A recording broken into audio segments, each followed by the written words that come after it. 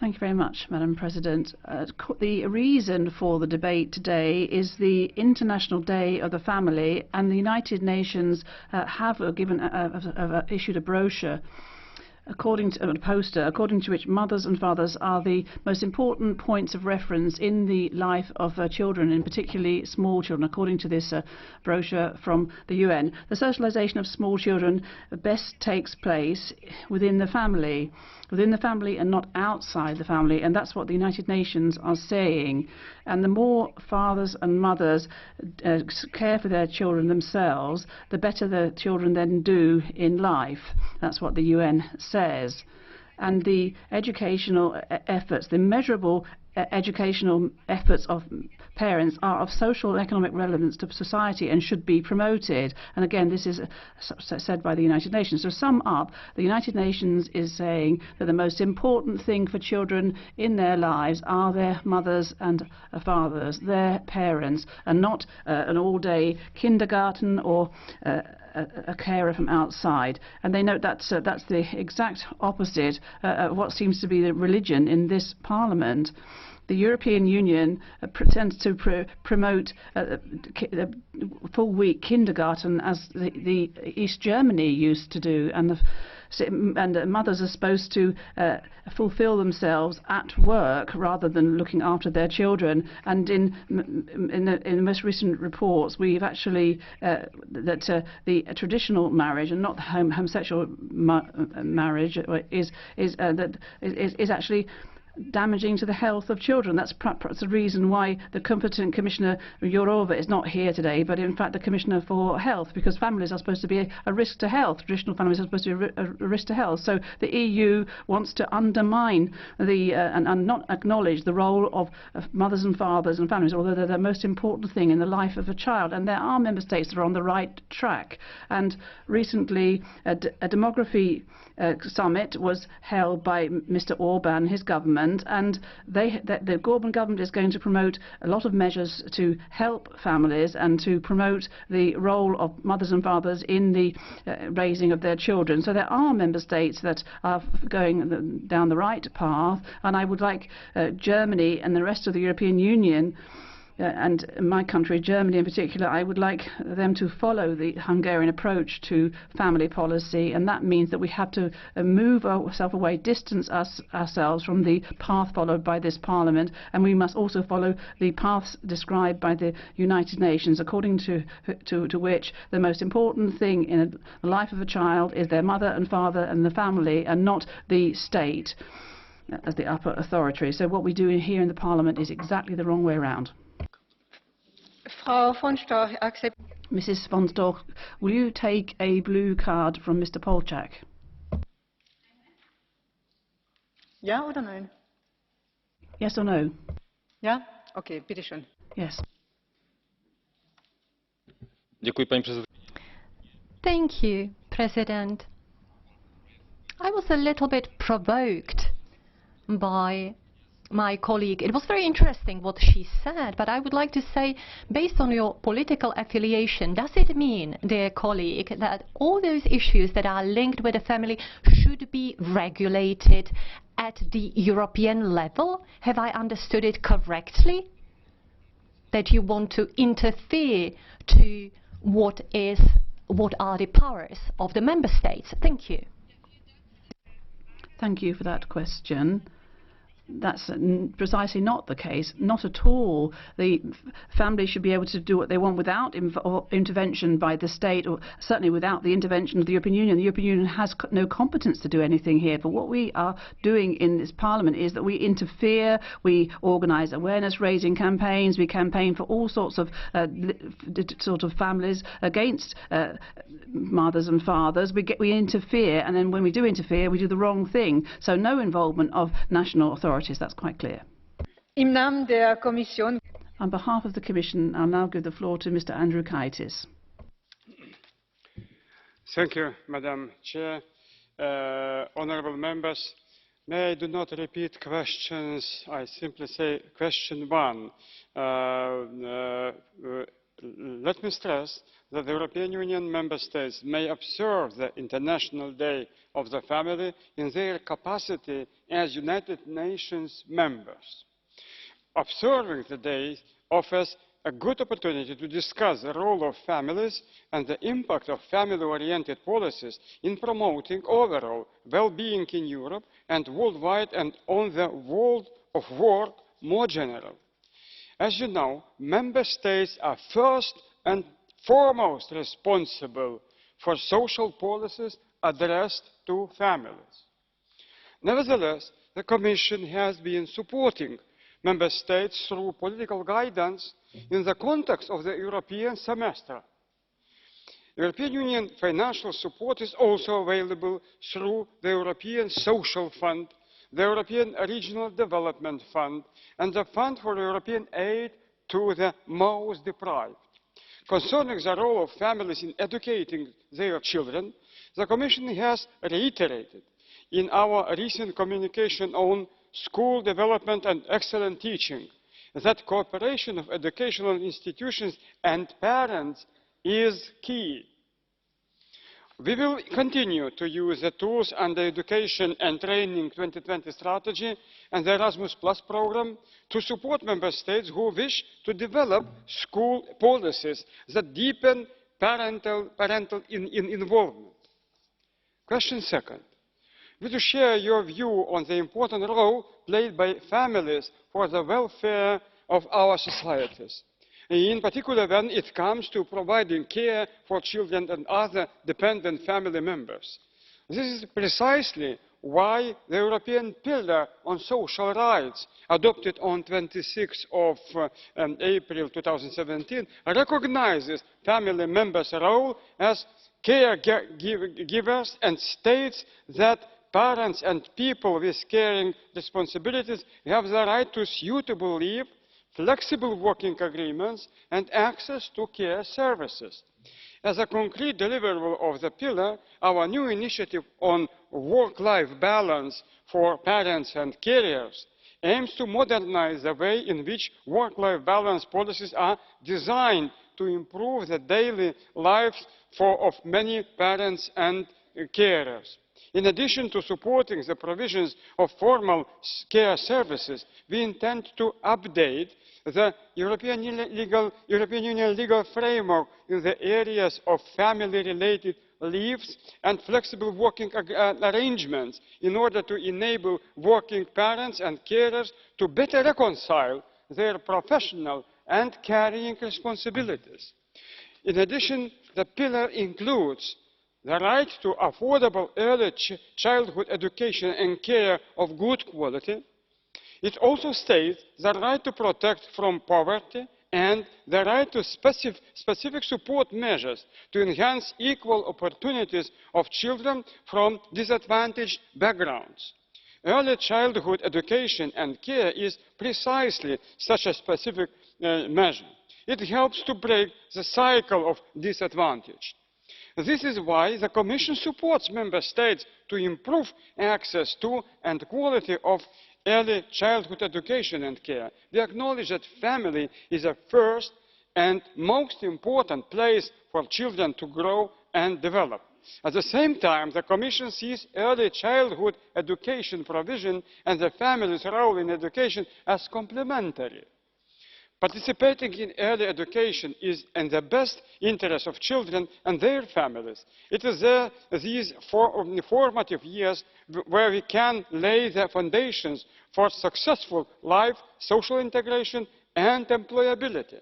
The Commission therefore considers that early childhood education provision is an indispensable part of an efficient and modern social infrastructure. We are also monitoring the implementation of the 2013 recommendation on investing in children.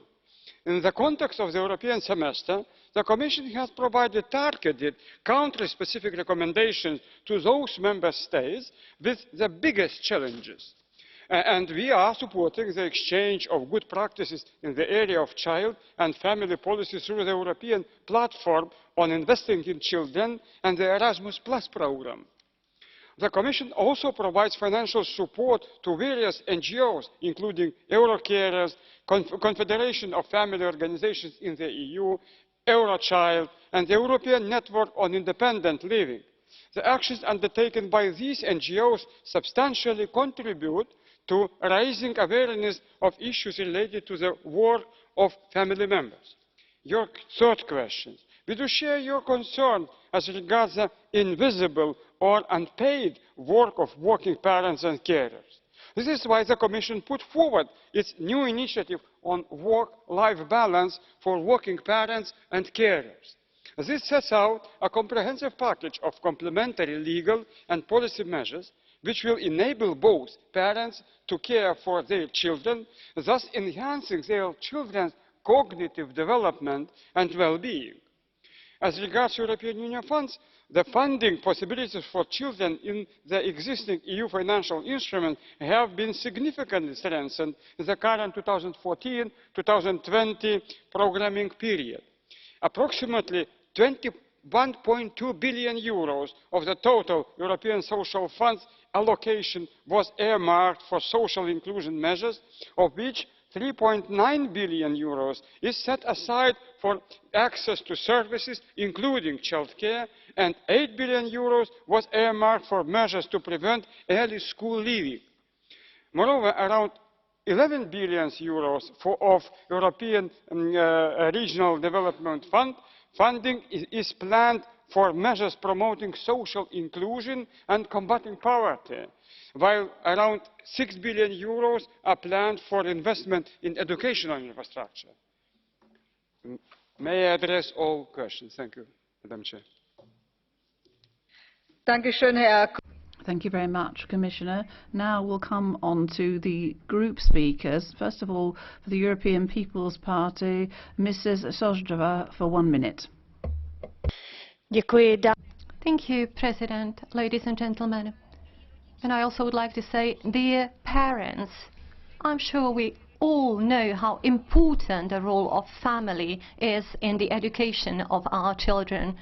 Parents have free will and also responsibility for a quality education of their children. We want parents to be partners for schools.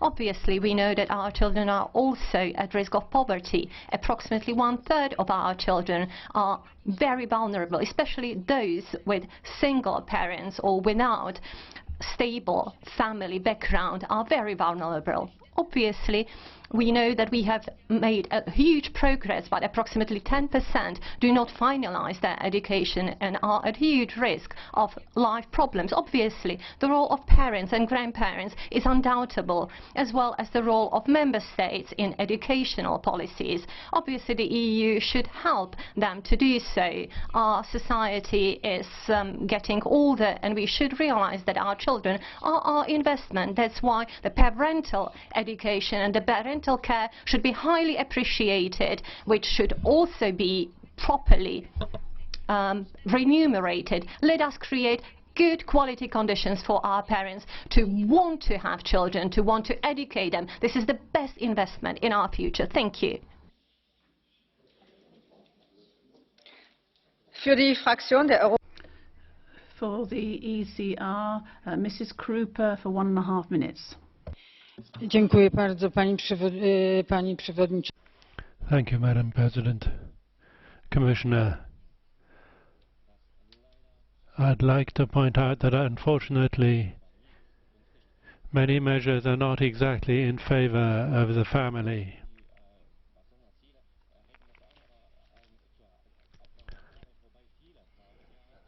For example, many measures aim to increase the number of women working, at which point many children have to go to creches. According to Norwegian research, the stress that children suffer in creches is 30% higher than it is at home. And that stress has a bad effect on the development of the brain. So the more time you spend in a creche, the more antisocial you're likely to turn out as a teenager, and thus you're more likely to become dependent on drugs.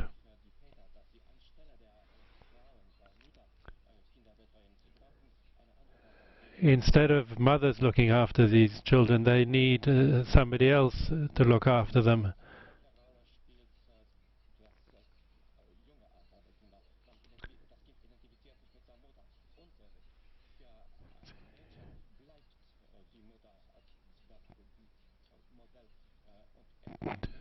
But for girls, especially, the mother remains a model, and but they also need a father to identify with as a model. This is a cognitive process from the start. Für die Fraktion der Allianz der Liberalen. For the ALDE group, Mr. Jakovčić has the floor for 1.5 minutes. Vielen Dank, Frau Präsidentin. Bilo mi je drago. I'm very glad that this topic has been put on our agenda today. I would like to say very clearly that it is very good that we are here to celebrate the International Family Day. Family is indeed one of the pillars of the society. On the other hand, I would like to say very clearly that family is not the prerogatives just of people who are on the right part of the parliament. I am a father of 3 children and I have got grandchildren. I'm very happy about that. But at the same time, being somebody who's not exclusive, I am deeply convinced that what the society as a whole can do for the children is something that has no alternative. What parents can do has no alternative, but also what specific institutions that take care of education can do has also no alternative. Let us not forget that not all marriages are happy ones. We have to take that into account. We have to bear in mind that there are also same-sex marriages. We should not put aside children that have been brought up in those marriages either. So I would like the Commission to gear this discussion in a balanced way to the good disposing of all of us that are here in the Parliament. Für die Fraktion Europa. And now for the Europe of Nations and Freedoms, Mr. Schaffhauser for 1 minute. Chers collègues. Dear colleagues, the family is the basic cell, if you like, unit in society, underpinned by a natural complementarity of men and women. And from conception, there has to be education offered by families and not by the state. The state should be helping families. And yet, this Parliament and the Commission are not necessarily against or with families at all. No. They should be helping families in the face of austerity policies, but the austerity policies have destroyed funding to help families in member states and also brought down life expectancy in many countries like Italy. And there are people struggling in the south. Can we really talk about families when in member states we're imposing family models of the minority with aggressive policies about LGBT and gender policies repeated yet again and again and again? Can we really talk about families when we leave countless Europeans without the hope of a better future for their children? And you're now opening the doors to immigration when we already have 50% of unemployment in our areas. And the policies, I have 2 minutes, madam. I have 2 minutes. Meine Unterlagen sagen. My documents say 1 minute, Mr. Schaffhauser. Well, you could ask for the floor under Catch the Eye, then you can finish. And the next speaker. So the further speakers have the floor now after the group speakers. Mrs. Záborská first, 1 minute. Ďakujem, pani predsedníčka, pán komisár. Thank you very much, President, Commissioner. every meeting of the European Parliament should involve a debate about family. It should start with that and end with that. We need to look at our low birth rate, and then we also need to look at the demographics and the ageing of our society. But nonetheless, we still need the unpaid work of wives and mothers in the family, caring for family members and doing housework. But we also need to look at the whole question of the responsibility of parents for the education of their children. The time that mothers devote to their children is actually an obstacle for employers. In fact, given the austerity policies, it's not really worth being a parent at the moment. We need to have all policies, EU policies, have an effect on the family, and so we ought to assess all our legislation for the impact that it has on families. We need families, and we need to support families if we're going to have future Europe. Don't use reconciliation of private and professional life is family and professional life. Private and professional is not the same. Thank you very much.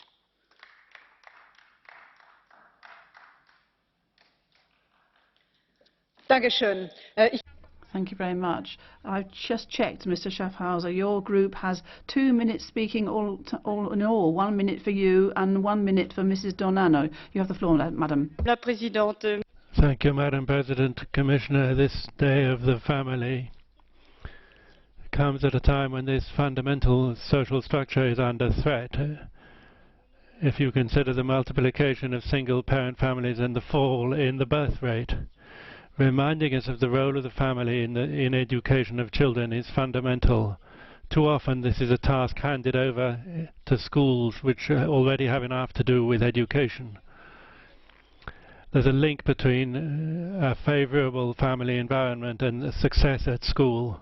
So it's necessary to protect the child by ensuring family balance to which the child is entitled. And I stress, of course, that this means that mothers' and fathers' invisible work in the home has to be taken into account. But the United Nations supports this text and speaks of the diversity of social systems around the world, which justifies national measures. Nun kommen wir zu. Now we move on to the Catch the Eye procedure. Mrs. Grapini, 1 minute. Thank you very much indeed, Madam President. Commissioner, if I may, I'd like to congratulate all families around the world.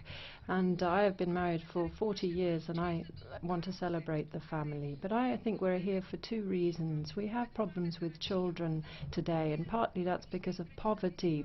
Families are not able to look after their children and provide for them, and in rural areas we need more creches and nurseries, but we also need families to have more time with their children. The second issue is something we see in many countries, and recently in Finland. There is perhaps too much pressure placed on children today. Look at the case of the doctor in Finland. She had 2 children, but they are separated from their mother. She's a doctor and she isn't able to be with her children. They don't feel the security and the love of their mother. So what should we do?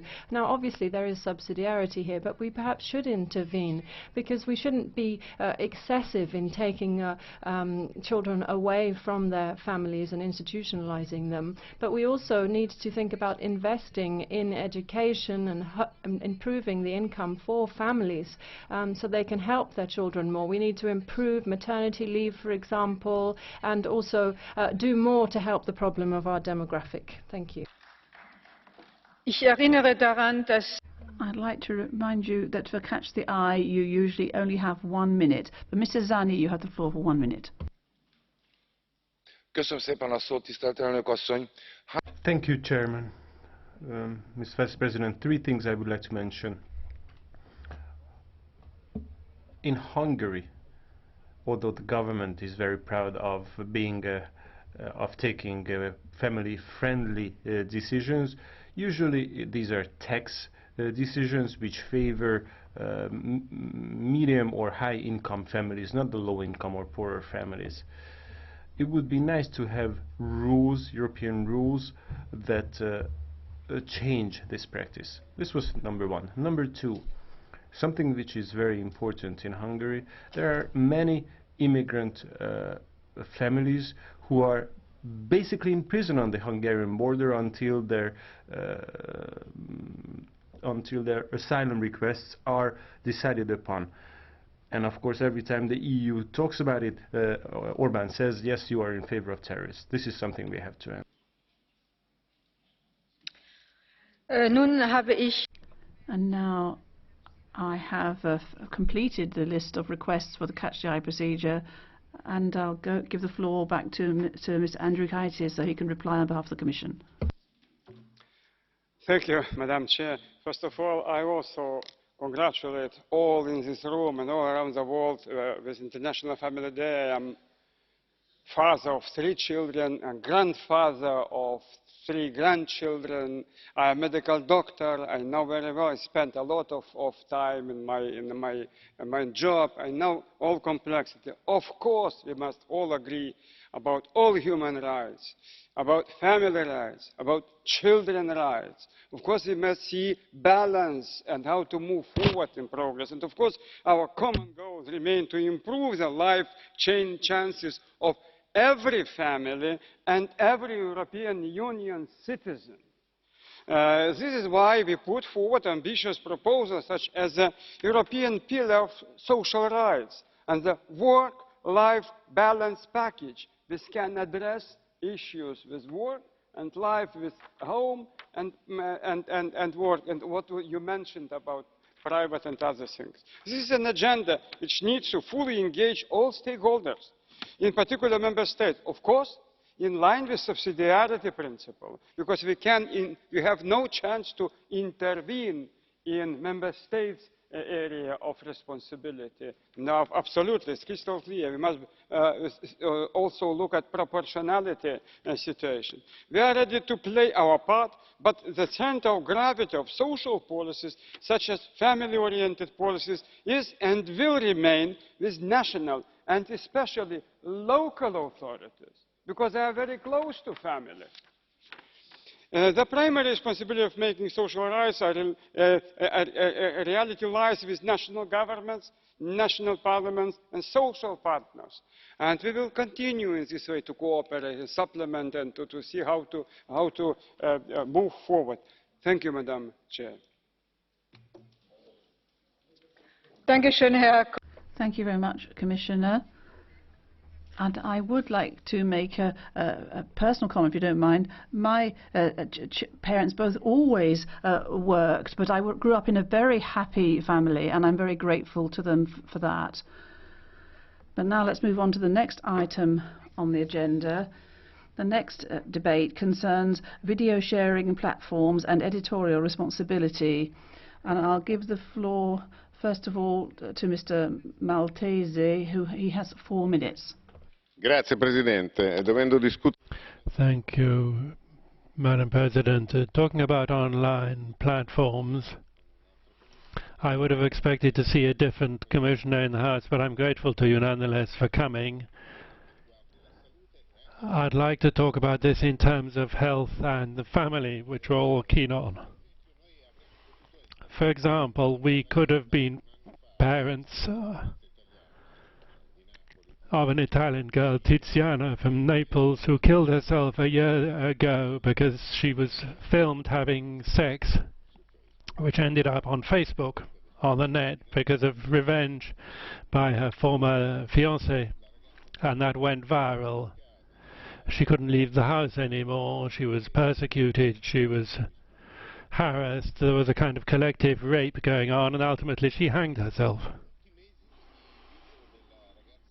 For many months, the video of this dead girl continued to circulate on Facebook in a macabre search for audience until ultimately an Italian court stopped that. But the Facebook managers in Ireland, who look after Italy in order not to pay any taxes in Italy, refused to apply any punishment and appealed to European rules to defend themselves. That doesn't seem fair to me. Now we have a commerce directive which excludes online platforms from editorial responsibility. That directive is 17 years old. At that time e-commerce didn't exist, platforms had barely been born. They were simply a vehicle for sharing content, and the technology anyway didn't make it possible ex ante to check the content that had been uploaded. Now e-commerce is entirely different. It's the biggest business on the planet. Platforms are global players, economic giants, devouring entire creative industries, dominating, controlling resources and power, threatening pluralism in the media. But fortunately, scientific progress allows us today, with ever more sophisticated algorithms, to check net content very, very quickly. Despite this, Facebook and Google, who can now in an hour destroy somebody's reputation or change the result of an election campaign by encouraging fake news, continue to be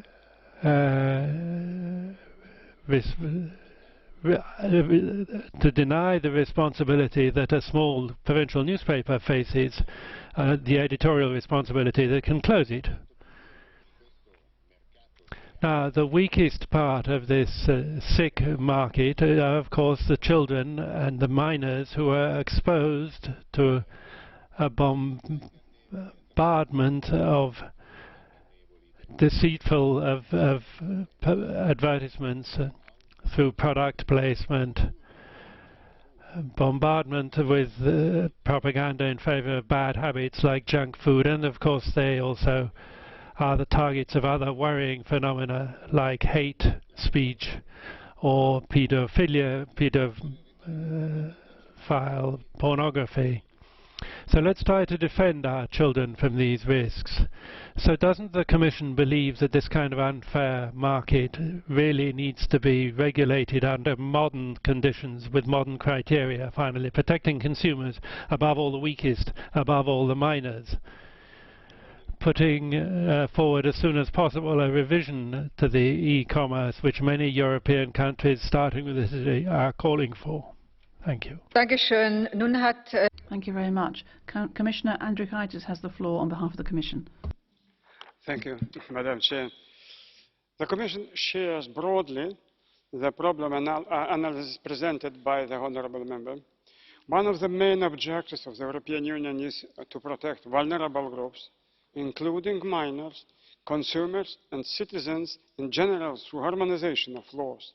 The Commission is fully committed both to safeguard freedom of expression and to protect vulnerable viewers, children in particular, from harmful content, and all citizens against hate speech.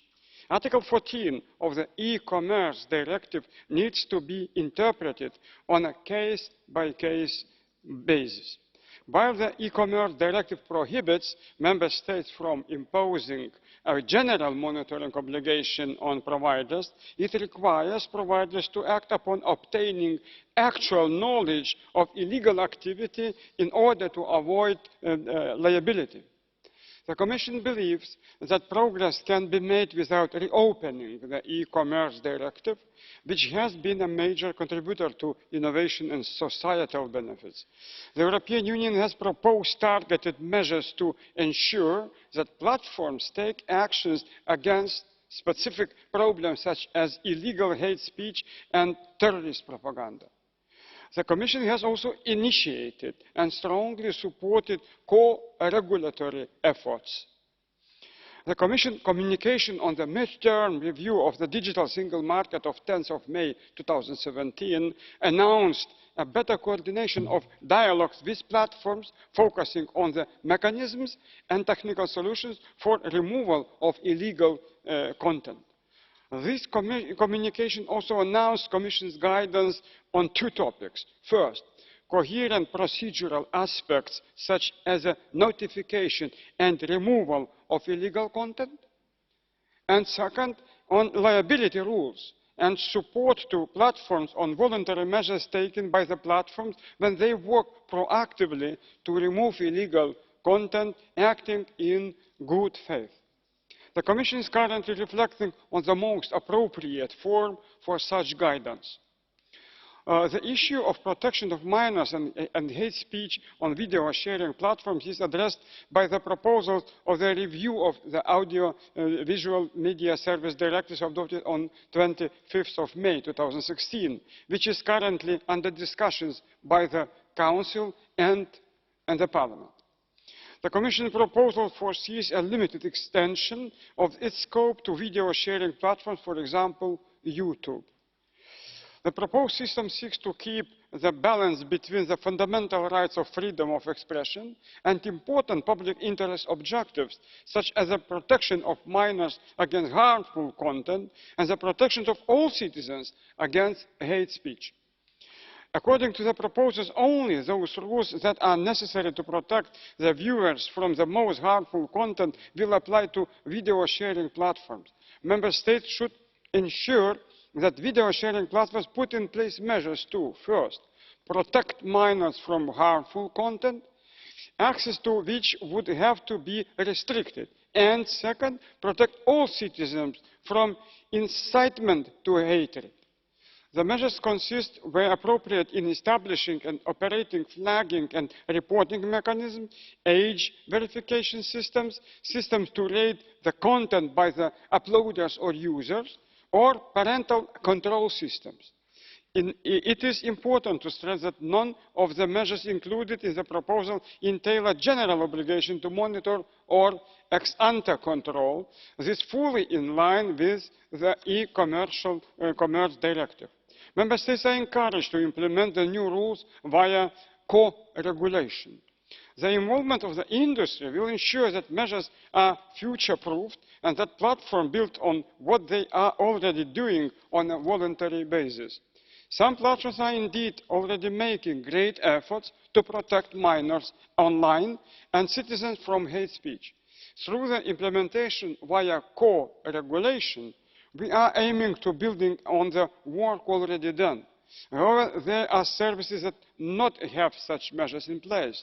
Now, all video sharing platforms would be obliged to take measures. The Audio-Visual Media Service Directive would provide regulators with a regulatory backstop in case there is no action from platforms. In addition, video sharing platforms today apply their own standards when it comes to assess what is harmful for minors or what constitutes hate speech. The Commission proposal aims that they have to comply with Audio-Visual Directive standards in this field. The Commission believes that the proposed rules will ensure a better protection of viewers in online services.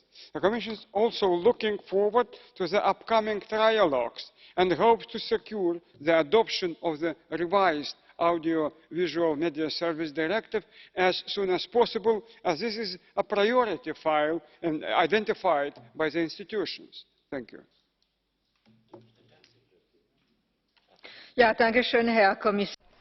Thank you, Commissioner.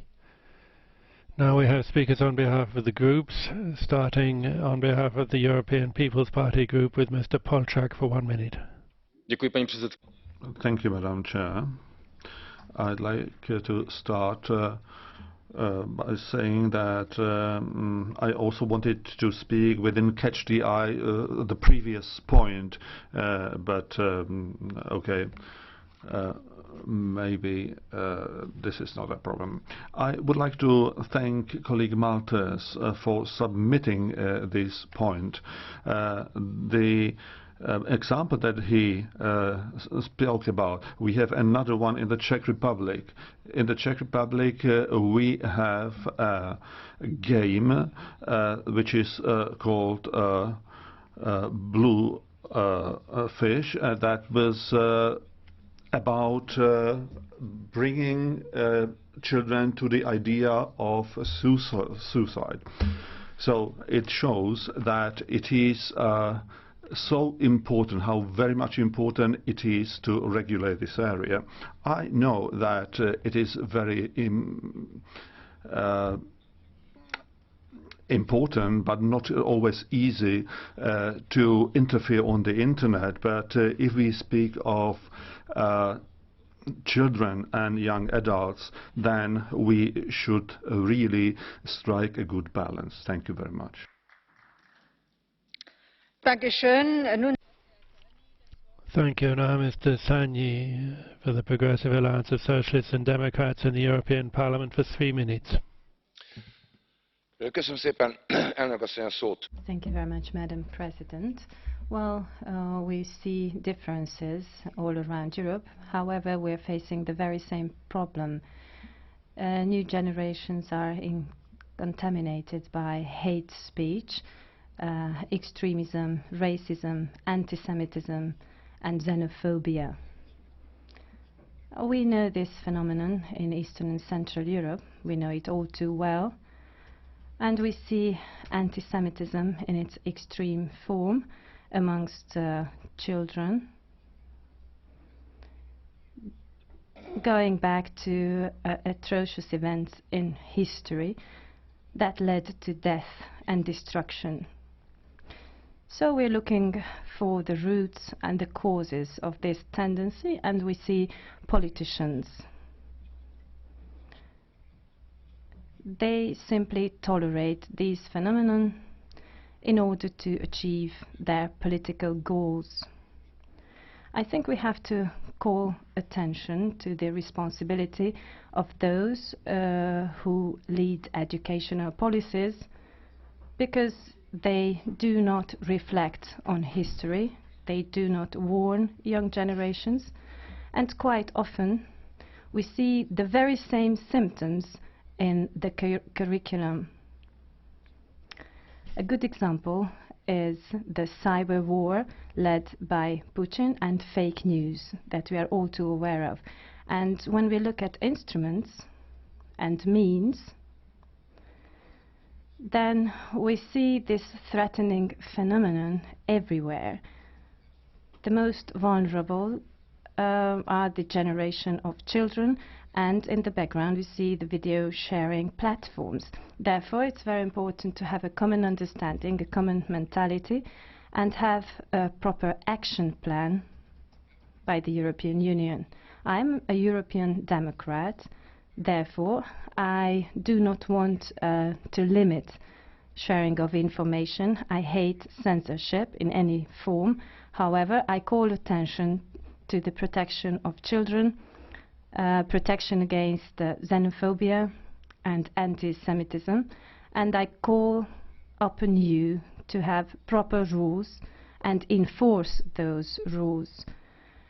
If we do this properly, this does not count as censorship. Thank you very much for your attention. Thank you. On behalf of the Alliance of Liberals and Democrats for Europe, now I call Mr. Radoš for 1 minute.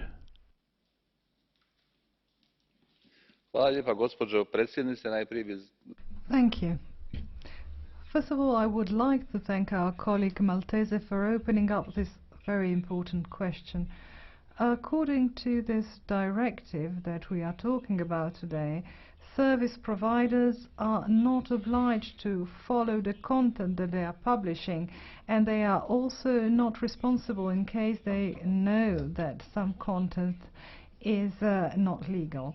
At the same time, states can have information on service providers, but that really means that states should follow the content, which in turn means that member states have great responsibility, and they probably don't have the possibility to follow the content on the internet. And at the same time, this means that there is a minimal responsibilities from the service provider. That is why I welcome the work of the Commission that is working on this and similar directives in order to protect all the citizens, especially the most vulnerable ones, the children and the elderly. Thank you. Now for the Europe of Freedom and Direct Democracy, Mrs. Adinolfi, for 1 minute. Thank you, President. Dear colleagues, Commissioner, I must admit that dealing with such complex issues in just a minute is very difficult. I know of the cases of Letizia Baccantoni. I come from the same region. I also know of the case of the blue whale that was mentioned by a colleague just now. But in this case, we're talking about crimes. And well, I'd just like to say that if we're talking about the e-commerce directive, it doesn't say that platforms are free of liability. If we say that Article 14 and paragraph 3 is not working, then I would agree. But if we are willing to amend the directive and so we have more binding measures to protect citizens, then I would very much agree. However, on the other hand, there are these crimes, and we've also got to think at the same time about the need to protect freedom of expression. Are we really convinced that the simplest solution is to allow private people to have the powers of scrutiny, where in fact it should be up to the legal authorities to have powers of scrutiny, especially as the private persons are often big companies, not often European, nearly always not European, and they have monopoly positions. So I'd like to know, where are the beginnings of freedom of expression, and where are the limits of freedom of expression? And another issue, if you don't mind, President, and this concerns advertising. I believe that we've got to protect children by banning all advertising which is targeting children. We need clear and precise rules for advertisement, and that has to be in an ad hoc piece of legislation that would concern advertising in all media of communication. Thank you very much, President. Finally, I think we have to invest in civic education and digital education for European citizens. Thank you. I know that 1 minute is extremely difficult for many subjects, but unfortunately your group only gave you 1 minute, so I can't allow you to run on, unfortunately. There are no more speakers on my list, so I can move to catch the eye, starting with Mrs. Šojdrová for 1 minute. Ladies and gentlemen, media, internet, protection of our children, those are fundamental, vital topics. That's why I ask you, where are those colleagues who were calling for the responsibility of parents for their children? Obviously, this is the priority of our parents, but if the internet has no borders, we have to also ask, what are the legislative conditions like? I believe that if it was compulsory to do away with illegal content, I really don't think that that would be censorship, because we are talking about the abuse of vulnerable children. That is at stake. The internet has no borders, ladies and gentlemen. That's why it should be discussed also at this European Parliament level, and I'm very thankful to the Commissioner who has mentioned also the Audiovisual Services Directive, which is talking about the responsibility of the internet online platforms to be responsible for the illegal content and to delete that content. I believe that this is fundamental and vital, and we have to adopt it. Thank you. Thank you, Mrs. Grapini, for 1 minute. Thank you very much indeed, Madam President. Commissioner, now, of course, it is clear from the interventions, the very few interventions we've heard this afternoon, it's a pity there are so few people here, but we have to do something. We need to have more responsibility or accountability for the platform operators. You cannot allow a person's image or family to be destroyed, but there's more serious problems than that. Young children are being damaged. You know, there's this crazy blue whale game, resulting in the deaths of young children. So I'm very happy, Madam President, that you are supporting consumer rights, but you know, we have to respect the rights of our consumers to be protected as well. We need proper responsibility to be attributed here. People should have information, and we don't want to curb freedom of the press, no, but we want to increase the level of responsibility for the people responsible for disseminating information online. And we've talked about this an awful lot in the IMCO committee, Madam President. Online, offline trade and so on. There should be the same protection measures for our consumers. Thank you very much indeed. Dankeschön. Und als letzter Redner. Thank you. Mr. Polčák is the last speaker for 1 minute. Vielen Dank, Frau Vorsitzende. Já bych chtěl... I would like to add a few words to what Madame Šojdrová said. The parents have a crucial role. We must realize it, and parents and family need support. And the previous interpellation was about the same. Unfortunately, what I think is that the more we talk about it, the less support to the family is really given. And I know that this is a topic which is member state responsibility in the first place. I am very happy that we talked this week about same money for the same work, but also about pensions. And I think that those who care for children, and the children are future taxpayers, then those who care for them should be remunerated and not punished by less money on their pensions. Thank you. Dankeschön. Thank you. Commissioner, you have the floor again. Thank you. Thank you, Madam Chair. Thank you, honourable members. Of course, we have very interesting exchange of views. And as you rightly mentioned, of course, it's a very complex issue, and we need to not to do something only, but we need to do our concrete actions which the Commission presented, and we see how to move forward. The Commission is fully committed to protect minors and ensure freedom of speech. This debate will certainly help us in our internal work to prepare targeted measures to ensure that platforms take actions against hate speech or content harmful to minors. I also welcome this debate in the context of the upcoming trialogue for the adoption of the Audio and Visual Media Services Directive. We look forward to the rapid adoption of this directive and future work between the institutions to respond to the challenges of the platform's economy. And of course, I would like to say once again, we need to have good collaboration and quick reaction and good dialogue, and then to seek out to move forward in more concrete ways, keeping eyes on all questions which were raised. Thank you very much indeed. Vielen Dank. Die Aussprache ist... Thank you. That brings the debate to an end.